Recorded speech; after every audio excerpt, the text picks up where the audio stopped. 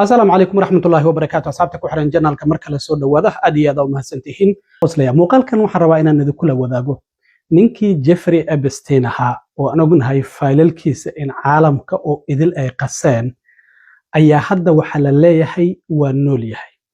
نين أك أي وحى مقال كدوبي سجوا وده هاي وي وكتها لقبل كفلوريدا جرهام بامبيج فلوريدا لقصو دوبي nin gaari raaxa wato oo Jeffrey Epstein u eg ninkii hadda waa uu soo hadlay war wuxuu leeyahay fuustadan iga daaya adigu soo riixaysaan anigu Jeffrey Epstein ma ah arintaasi horta marka hore waan idin la wadaagayaa ninkan muxuu yahay Jeffrey Epstein u eg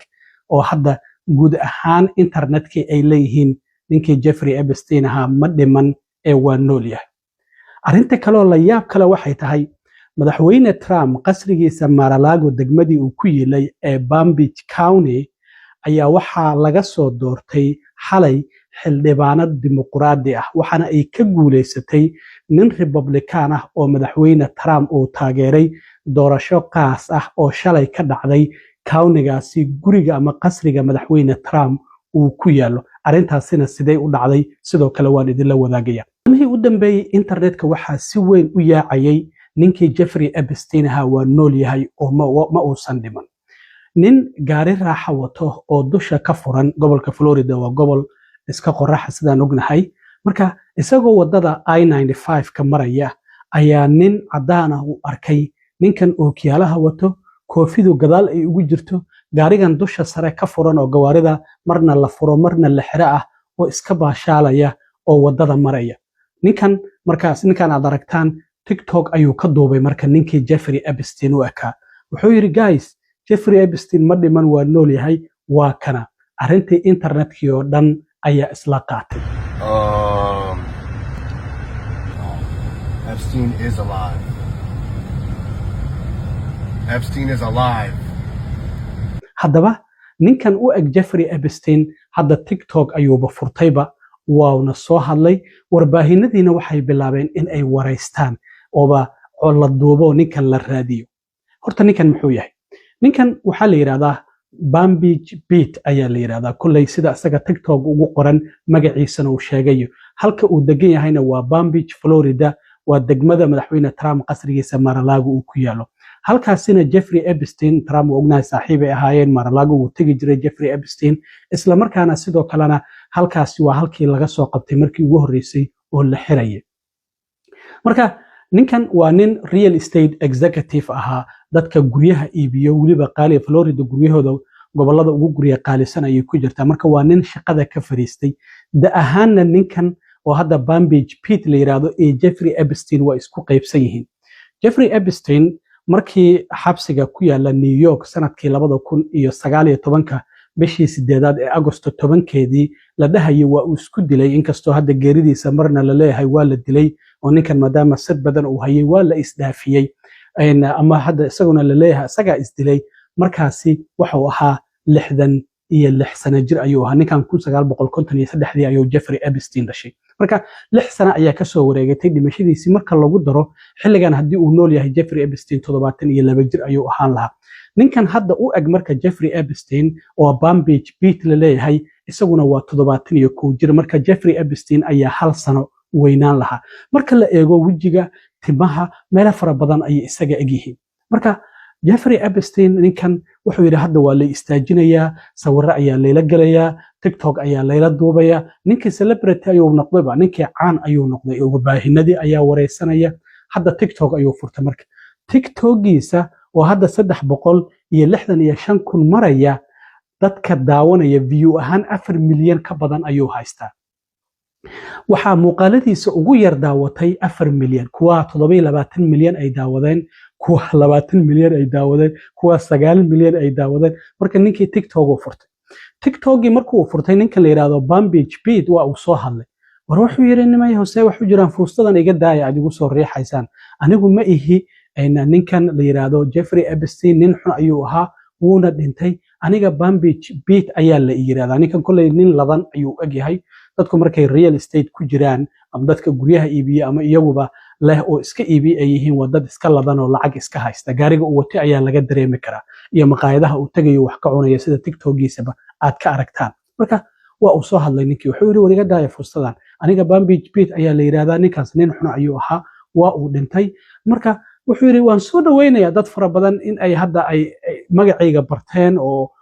nin caan ah noqday laakiin wuxuu yiri arrintaasi ma jirto bal isagoo tiktokiisa muuqaaladan soo geliyay iyo qaar kamid ah warbaahinada oo wareystay oo aan muuqaaladii bal isku keenay bal wax yar ila daawada ninkan sida uu u beeninayo in uusan Jeffrey Epstein ahayn uu isagu yahay nin magaciisa la yiraahdo Palm Beach Beat macnaha kulay magaciisa rasmiga inuu yahay iyo inuu Beat magaciisa yahay inta kalena degmada uu degan yahay uu ku darsaday kulay kalaman ogin laakiin arrinta ninkan Jeffrey Epstein u eg hadii halkaasi aan kaga gudbo arrin la yaab leh ayaa waxa ay ka dhacday gobolka Florida gaar ahaan degmada hadda aan ka hadlayo Palm Beach county-gaasi oo madaxweyne Trump qasrigiisa Mar-a-Lago ku yaalo doorasho qaas ah ayaa shalay talaadadii ka dhacday waxa jirtay nin la yiraahdo Mike Caruso oo degmadaasi aqalka wakiilada ee gobolka Florida sanadkii 2024 ku guuleystay ninkaasi waa uu casilay isla degmadaasi ayaa waxa uu ka noqday Karani iyo Qasnad Haye waliba 19 dhibcood ka badan ayaa doorashadii sanadkii 2024 dhacday uu ku guuleystay maahan Congress-ka Mareykanka waa aqalka wakiilada ee gobolka Florida marka doorasho qaas ah ayaa la qabtaa qofku marka uu iscasilo ama xil kale uu qabto meel kale aado ama geeriyoodo degmadaasi doorasho ayaa laga qabtaa ama heer federaal ha ahaato ama heer degmo ha ahaato marka gabar dhalinyaro ah oo dimuqraadi ah oo degan degmada qasriga Mar-a-Lago ee madaxweyne Trump uu ku yaalo oo la yiraahdo magaceeda Emily Gregory oo 40 jir isla markaana ganacsata ah ninkeeduna militariga uu ku jiro ayaa 9 bilood ka hor soo sharaxday waana dimuqraadi marka waxa la tartamay nin madow ah oo la yiraahdo John Maples oo madaxweyne Trump uu taageero yiri ninkan ayaan taageersanahay doorashadii ayaa shalay talaadadii la qabtay marka natiijo la yaab leh ayaa ka soo baxday haweeneydan oo aan wiligeed hore siyaasad u gelin isla markaana xisbiga dimuqraadiga u sharaxnayd ayaa doorashadii ku guuleystay waliba 58.2 boqolkiiba ayay heshay iyadoo ay codad ilaa iyo 700 ka badan ka sareysay ninkii madowga ah ee la tartamaya Republicaanka ee madaxweyne Trump uu taageeray marka Trump gurigiisii oo degmadii uu ku yilay gurigiisa ama qasrigiisa weyn ee Mar-a-Lago oo madaxweynaha waliba hadda adereeso ah Trump doorashadaasi waa uu codeeyay shalay waliba waxa uu ku codeeyay by mail isniintii doraad ahayd markuu ka hadlayay Memphis Tennessee madaxweyne Trump waxa uu aad u dhaliilayaa in marka doorashooyinka Mareykanka la yiraahdo dadku codka ay ku dhiibtaan by mail oo intay codkooda ay qoraan maadaama dadku ay diidayaan maalintaasi doorashada la isugu soo baxaya in line la galo ama kuleel uu jiri karo ama qabow uu jiri karo gobolada qaarkood cimiladu way kala bedelan yihiin Mareykanka inaysan badoonayn oo codkooda intay codsadaan degmada ka bacdi mail ay ku qoraan ay diraan madaxweyne Trump marka isniintii wuxuu Memphis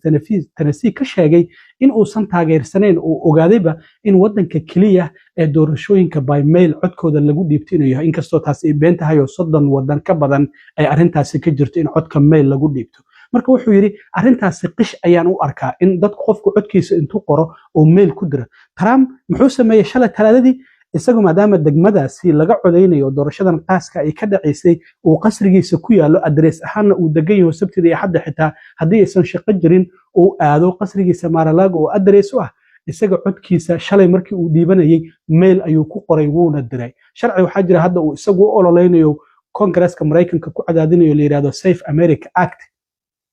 uu leeyahay qofku markuu isku diiwaan gelinayo doorasho Mareykan registration uu sameynayo waa inuu citizen yahay sharciyan Mareykanka waaba sida waa dambi adigoon muwaadin Mareykan ahayn oo dhalashada aan haysan in aad doorasho codayso waa dambi siiba doorashooyinka madaxtinimada iyo kuwa Congress-ka marka Trump waxa hadda uu raadinayo lama yaqaan laakiin isagii isniintii dhahayay waa qish amaba waa la xadaya doorashada hadii mail lagu dhiibto shalay oo talaadadii ahayd doorashadaasi codkiisa mail ayuu ku dhiibto oo qoro waa uu diray saasay tahayna waa looga adkaaday gabadhan marka 40 jirta ah oo la yiraahdo Emily Gregory waxa ay dhigtay arrin la yaab leh waxana kursigii Republicaanka waliba gobolkaasi waa gobol Republican ah kursigaasi oo kursi Republican ahaa ayay waliba iyadoo siyaasadda ku cusub ay la tartantay nin John Maples la yiraahdo oo Trump uu taageeray isla markaana ay kaga guuleysatay gabi ahaanba doorashadii waxaa la leeyahay Trump ilaa hadda markii xilka uu la wareegay kursigan waa kursigii 29aad